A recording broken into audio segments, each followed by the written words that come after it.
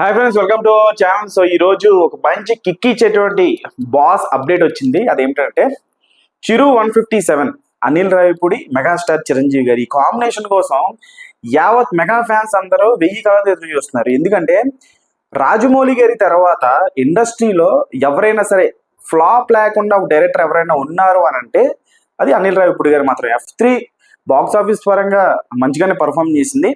So after Rajamouli Telugu film ఇండస్ట్రీలో flop లేని director అది ఎవరైనా ఉన్నారు అంటే ఖచ్చితంగా అనిల్ రావిపూడి గారే, దాంట్లో డౌటే లేదు. సో అటువంటి అనిల్ రావిపూడి గారి మెగాస్టార్ చిరంజీవి గారితో చేయబోయేటువంటి సినిమా ఏ రేంజ్ లో ఉండబోతుంది అనేది మనకి అనౌన్స్మెంట్ తోనే అర్థమైపోయింది. అనౌన్స్మెంట్ కూడా అనిల్ రావిపూడి గారి స్టైల్లో దాన్ని మేకింగ్ చేశారు. చిరంజీవి గారిని ఒక రేంజ్ లో చూపించబోతున్నారు అనేది అర్థమైంది. చిరంజీవి గారి కామెడీ టైమింగ్ అంటేనే అది నెక్స్ట్ లెవెల్లో. అసలు పక్కన ఏ కమెడియన్ కూడా ఆనరు. ఎంత పెద్ద కమెడియన్ అయినా సరే చిరంజీవి గారు ఆ రేంజ్ లో కామెడీ చేస్తుంటారు. దాంట్లో చిన్న టీజర్ మనం వాల్తేరు వేరేలా చూసాం. సో వాల్తేరు వేరే లాంటి సినిమాలోనే ఆ రేంజ్ కామెడీ చేస్తే అనిల్ రావిపూడి గారి లాంటి ఒక కామెడీ కింగ్ డైరెక్టర్, ప్రెసెంట్ ఉన్న డైరెక్టర్స్, కరెంట్ జనరేషన్ డైరెక్టర్స్ లో #1 కామెడీ సినిమాలు తీయడంలో, ఫుల్ లెంత్ కామెడీ సినిమాలు తీయడంలో. సో అటువంటి అనిల్ రావిపూడి గారి కాంబినేషన్ లో మెగాస్టార్ చిరంజీవి గారు అంటే ఇంకా మనం ఆకాశమే హద్దు అని చెప్పేసి అనుకోవాలి. నెక్స్ట్ సంక్రాంతికి రిలీజ్ కాబోతుంది. అయితే మెయిన్ పాయింట్ లోకి వచ్చేద్దాం. ఈ రోజు ఒక అప్డేట్ వచ్చింది. చిరు 157 నుంచి అనిల్ రావిపూడి చిరంజీవి గారి కాంబినేషన్ నుంచి సినిమాలో హీరోయిన్ ఎవరు అని నయనతార గారిని ఆన్ బోర్డ్ తీసుకోవడం జరిగింది. ఆఫ్టర్ సైరా నరసింహారెడ్డి మళ్ళీ నయనతార గారు చిరంజీవి గారి సరసన యాక్ట్ చేయడానికి ఒప్పుకున్నారు.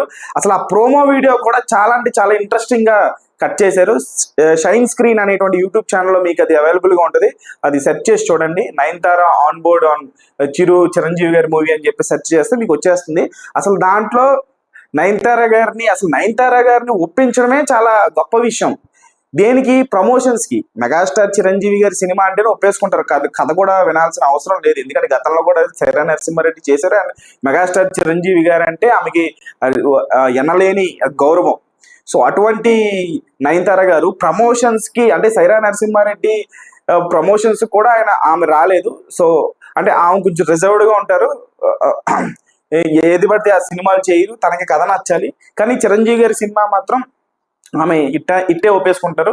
సో అటువంటి నయనతార గారిని ప్రమోషన్స్ కి, సినిమాలో ఇంకా ఆమె సెట్స్ లో కూడా అడుగు పెట్టలేదు. జస్ట్ ఆన్ బోర్డ్ కోసం ప్రమోషన్స్ ఈ రేంజ్ లో నయనతార గారితో చేయించారు అని అంటే అసలు నెక్స్ట్ లెవెల్ అనిపించింది నాకు. అది అనిల్ రావిపూడి గారి స్టామినా, అది అనిల్ రావిపూడి గారి కన్విక్షన్, డెడికేషన్, అది ఆయన క్యాపబిలిటీ అని చెప్పేసి అనుకోవాలి. ప్రమోషన్స్ లో కూడా రాజమౌళి గారి తర్వాత ఇంకెవరు లేరు, అనిల్ రావిపూడి గారే. సో అటువంటిది నయనతార గారు ఆన్ బోర్డ్ రావడం జరిగింది. Very happy. అసలు నెక్స్ట్ లెవెల్ ఉండబోతుంది. రేపు సంక్రాంతికి సినిమా మెగాస్టార్ కెరియర్ లోనే, ఇప్పుడు ఆఫ్టర్ రీఎంట్రీ తర్వాత మెగాస్టార్ కెరియర్ లోనే ది బిగ్గెస్ట్ ఇంకా ఇండస్ట్రీ హిట్ అయిపోద్ది. దాంట్లో ఎగ్జిస్టింగ్ తెలుగు స్టేట్స్ లో ఎగ్జిస్టింగ్ రికార్డు మొక్క మిగలదు. ఆ రేంజ్ లో ఉండబోతుంది cinema. So Nayanthara on board రావడం పట్ల మీరు ఎట్లా ఫీల్ అవుతారని కామెంట్స్ లో కామెంట్ చేయండి. ఛానల్ లైక్ చేయండి, షేర్ చేయండి, సబ్స్క్రైబ్ చేసుకోండి.